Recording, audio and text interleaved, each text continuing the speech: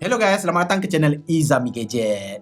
So bagi siapa yang follow dan subscribe Unbox Therapy, korang mesti perasan bahawa few weeks ago diorang ada membawakan satu penawaran PTZ ataupun PTZ punya webcam, di mana PTZ tu adalah Pan, Tilt and Zoom. Maknanya kamera tu boleh pusing, ada AI, boleh zoom, boleh follow korang. Di mana ia adalah daripada Obsbot Tiny nama dia. Dan basically itu yang aku nak cerita pada korang lah. Hari ni mereka juga ada menghantarkan aku sekotak barangan itu, iaitu atas ni kita adanya Obsbot Tiny. Nak sebut susah lah, Obsbot Tiny. Di mana aku tak buka lagi. Jadi kalau korang pun sama-sama nak tahu macam aku, tanpa dengan masa lagi, let's check it out.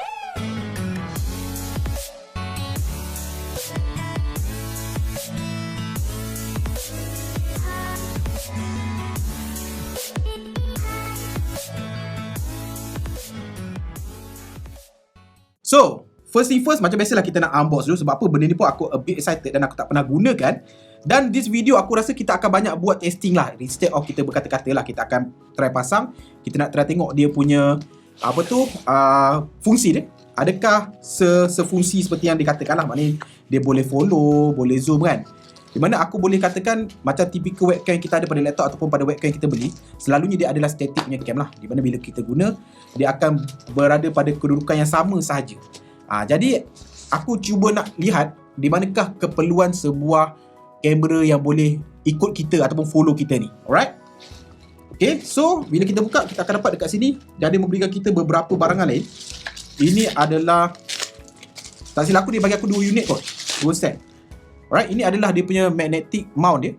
Alright, di mana kalau korang tengok dekat dia punya website dia, korang boleh letak dekat atas laptop. Dia adalah magnetic lah. So instead of kau kepit ke, korang kepit benda ni, tapi kamera tu kau boleh cabut secara magnetically lah. Nanti kejap lagi kita tengok. So ini adalah dia punya remote control untuk Tiny. So modelnya kita panggil Tiny lah, sebab apa, dia ada Obsbot biasa, dia ada Obsbot Tiny. So ini adalah another set, sama sahaja. Alright. So dekat sebelah sini kita dapat dia punya 2 unit kamera ni lah. Okay. Alright.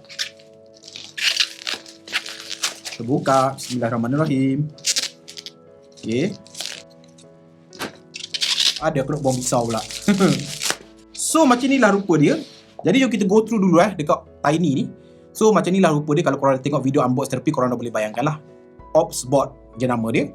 So dekat sini AI powered PTZ webcam.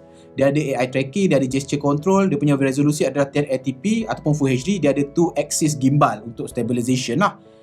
So itu sahaja. Jadi jom kita buka. Bila dia offer aku a bit excited jugalah. Sebab apa tahu, recently aku nampak keperluan webcam tu semakin ketara lah. Sebab apa, banyak benda kita buat secara online. Sometimes bila klien nak bagi job ke aku, dia nak buat video untuk penerangan pun secara online. Dan laptop punya webcam okey lah, memadai. Tetapi kadang-kadang kita nakkan sebuah webcam yang lebih function lah. Especially macam sekarang, bagi siapa yang follow aku punya channel, korang tahu kan aku ada buat gaming setup. So mungkin ini lebih mudah lah kan, dia boleh follow aku kan, instead of kau takut out of frame ke apa kan. Jadi dia boleh ikut korang lah. Alright, so dekat dalam korang akan dapat dia punya kamera. Dan surprisingly, aku tengok Unbox Therapy, aku rasa dia macam agak besar, tapi bila sampai kat tangan aku, kecil gila kot kan. Memang betul lah macam dia cakap, size webcam lah. Cuma dia tinggi sikit. Tapi dari segi kebesaran dia, macam size webcam yang mahal tu lah. So dia boleh kita panggil ni apa, panning kiri kanan, dan juga tilting lah. Alright, nice. So belakang ni nasib baik menggunakan Type-C. So dia ada Type-C dan juga dia ada DC input. Nice. Dan bawah ni korang akan dapat dia punya padding. Dan katanya ada magnet dekat sini lah untuk letak pada dia punya mounting tadi. Dan dia ada satu lubang skru, katakanlah korang nak pacak dekat tripod ke pun boleh. Overall build quality plastic wise. So dekat dalam apa lagi kita dapat? Okay, bawah ni kita dapat dia punya manual books. Okay. And then I believe korang boleh pakai pada apa-apa saja aplikasi online, contoh Google Meet dan lain-lain. Cumanya kita kena install dia punya dedicated software untuk kita pakai dia punya gesture everything lah. Okay. So dekat dalam ni kita akan mendapatkan, ni pun ada mounting dia juga. Dia bagi additional ke macam mana Kita tengok sekejap lagi. Alright. Ini adalah mounting dia juga, di mana korang akan kepit atas laptop. Aku akan demo sekejap lagi, jangan risau. So ini boleh double sided lah. Kalau korang nak secure dekat back panel laptop tu, korang akan kepit. Benda ni dia akan macam ni. Dia punya implementation dia macam ni lah. Dan magnet dia boleh dikatakan agak kuat juga. Bila apa ni, kuat-kuat baru dia jatuh lah. Tapi agak kuat juga. Alright. So dekat dalam ni, dia bagi kita kabel Type A to Type C. So I'm not sure adakah dia power up guna DC ni ke ataupun guna Type C, sebab dia hanya memberikan Type C. So should be hanya menggunakan Type C lah, sebab dia tak memberikan kita DC cable. Alright, jadi itu adalah untuk dia punya unit ni, jadi sama je. Okay, so untuk magnetic mount yang ni kita tengok adakah lain ataupun sama. Alright, okay, basically sama sahaja. Kenapa dia bagi lebih? Adakah sebab kita mungkin nak letak banyak tempat? Tapi basically sama korang nampak? Okay, ini adalah daripada dalam kotak dia, ini adalah daripada kotak luaran ni. Alright, jadi sama saja. Lepas tu yang ni adalah dia punya remote control. Okay, remote control. Alright, remote control ni macam remote control Android box. Okay, dari segi build quality dia aku boleh katakan agak flimsy jugalah kot. Kamera dia okay, ni macam agak ringan sangat lah. So dia punya ni adalah rubber. Adalah dia punya button ni lah, function-function nanti kita akan try tengok, track, zoom, everything lah. So dia juga boleh menggunakan AI ataupun gesture untuk zoom in, zoom out dan juga follow korang tu, of course AI juga. Tapi kalau anda kata korang nak guna manual, guna remote ni pun no problem. Dan apa yang berbunyi ni? Oh, dia ada memberikan kita satu USB dongle. So should be this remote akan bukan guna secara infrared ke sini, dia akan guna secara dongle ni ke laptop lah. Right? Itu sahaja rasanya. Jadi jom kita demo. Let's go. Okay guys, so sekarang kita dah set upkan Osbot Tiny dekat atas aku punya MacBook Pro 15 inci tahun 2016. So kita akan comparekan dia dengan FaceTime camera yang ada pada MacBook ni, which is bagi aku still a good camera, tetapi ada limitation yang boleh diselesaikan oleh Osbot Tiny lah. Di mana for starter macam korang nampak, ini adalah hasil kualiti dia. Di mana kalau korang boleh nampak FaceTime punya kamera tu nampak agak grainy. Ini adalah FaceTime punya kamera, MacBook punya kamera agak grainy kan. Ada macam noise sikit kat situ. Warna dia pun agak wash out macam tu dan dia punya angle besar macam ni je. Jadi kalau korang pakai Osbot Tiny di tempat yang sama, ini adalah dia punya Osbot Tiny lah. Jadi korang nampak lebih ruang, lebih colourful, lebih warna dia. Aku boleh katakan aku lebih suka Osbot Tiny punya colouring lah. Dan paling penting adalah aku boleh katakan dia punya noise dia tu memang nampak tremendously berbeza daripada yang tadi. Alright, jadi to put in perspective, ini adalah perbezaan dia lah. Yang atas adalah FaceTime, yang bawah adalah Osbot Tiny. Alright, jadi untuk menggunakan this Osbot Tiny, dia ada software dia. Di mana kalau korang nampak, ini adalah software korang kena install. Cumanya software ni more kepada korang nak toggle dan setting sahaja. Untuk nak view, nak gunakan, korang memang kena guna third party punya software. Contoh macam aku guna OBS, StreamYard dan lain-lain lah. Jadi dia punya software ni hanya untuk setting-setting saja. Di mana macam korang nampak sebelah kanan ni dia adalah manual mode dia lah. Di mana kalau korang nak control kiri kanan dia, korang nak tap lock ni secara manual, nak zoom in zoom out secara manual, dan dekat sini tempat dia. Tapi more or less aku boleh katakan dia punya fungsi gesture memang A class. So korang takkan gunakan benda ni banyak sangat lah. Dekat sebelah kiri pula korang akan nampak ini adalah setting-setting yang ada, aku boleh katakan agak simple. For starter, korang akan nampak kat sini ada device status for sleep. Kalau korang tekan kat sini dia akan sleep. Ataupun korang boleh sleepkan dia macam mana tau? Korang tundukkan dia ni. Okay, korang tunduk bawah, korang nampak lampu tu akan bertukar kuning. Kamera dah padam, maksudnya dia dah dalam mode sleep. So instead of korang beragak-agak adakah software ni betul-betul dah sleep dan mungkin takut terrekod ketika korang tak nak rekod benda-benda privacy, benda ni bila dia tunduk bawah memang confirm tak rekod, sebab dia akan pancar bawah lah dan dia akan auto off. Bila korang nak gunakan, korang naikkan balik. Alright. Okay, so dia akan naikkan balik lah. Okay. Jadi nanti macam sekarang aku tak onkan lagi dia punya tracking, so dia kena manual dulu. Alright, jadi selain daripada itu, kita kembali pada software dia. Korang ada yang ni, korang nak on atau off lah. Di mana ini adalah gesture punya benda. Kalau anda katalah korang tak nak gunakan gesture, korang off kan lah. Tapi I believe orang beli kamera ni adalah untuk dia punya gesture. Sebab apa, dia memang sangat-sangat memudahkan. So dari segi tracking mode ni, nanti kita akan tunjuk lepas kita dah activate dia punya AI function untuk tracking. Di mana dia ada 3 mode dekat sini. Di mana untuk headroom mode ni dia lebih kepada, dia akan lebihkan adjust balik the angle supaya lebih ke atas kepala kita. Supaya katakanlah nanti kau nak edit tu, kau nak cut atas kepala ke, atau kau nak letak something ke atas kepala, then kau ada ruang lah. Otherwise dia akan cukup-cukup kepala je nanti. Nanti aku akan tunjuk. Motion mode ni dia akan improve speed the panning and tilting. Standard mode ni adalah standard mode lah. Dan anti-flicker ni korang boleh ubah lah 50Hz ke 60Hz depending pada korang punya lighting situation. Alright, jadi jom kita kembali kepada OBS. Alright, jadi macam korang nampak sekarang, macam sekarang dia tak follow tau. Nampak? Sama juga macam FaceTime kan. FaceTime kan static, ada tak follow. So untuk memfollowkan dia, sedang aja korang angkat tangan macam ni, dia akan menyala lampu, nampak? Biru, hijau, biru, hijau. Okay, korang turun tangan. Lepas tu korang try. Korang nampak? Dia dah follow, nampak?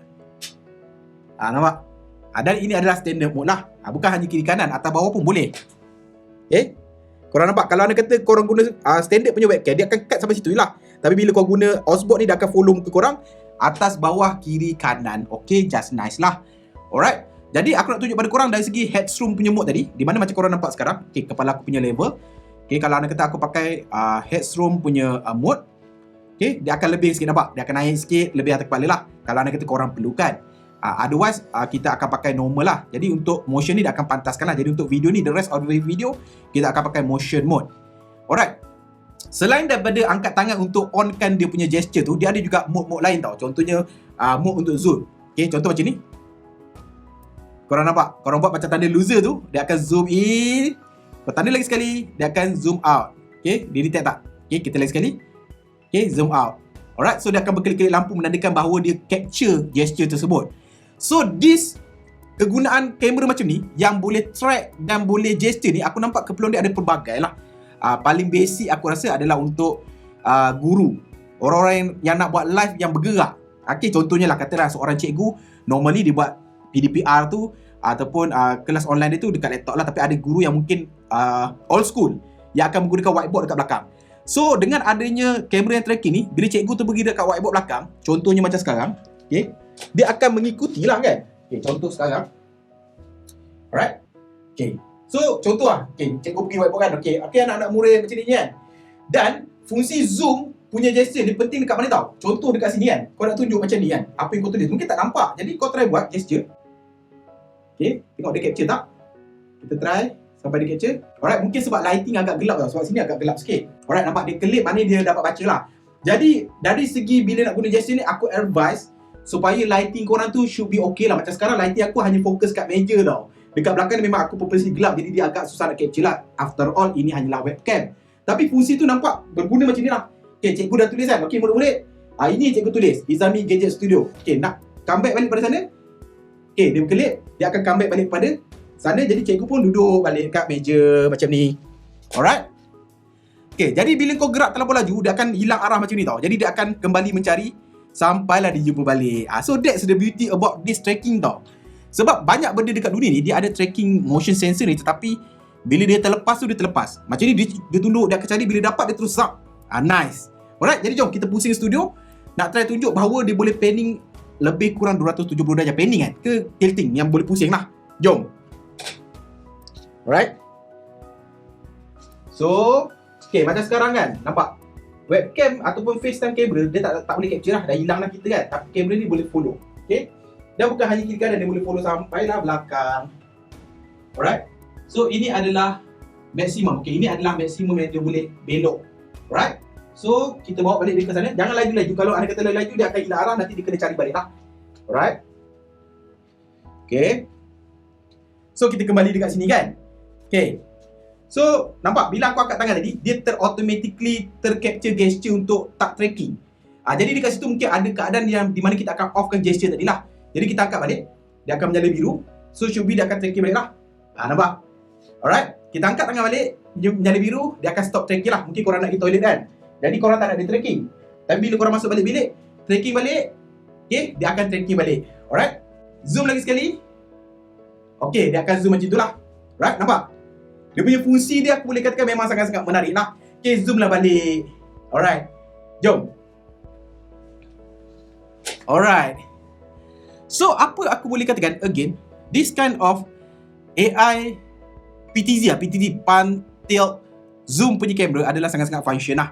Di mana ini adalah pertama kali aku mencuba dan aku sangat-sangatlah impressed. Dia punya motion tracking dia bukan sekadar, sebab banyak dalam dunia ni benda-benda yang ada AI tracking, tapi dia tak sebagus ini. Ini memang aku boleh kata sangat-sangat bagus. Camera wise punya quality pun nampak cantik, tracking wise tu nampak smooth. Dia tak nampak macam robot sangat. Dia nampak macam betul-betul orang cameraman follow in the smooth way.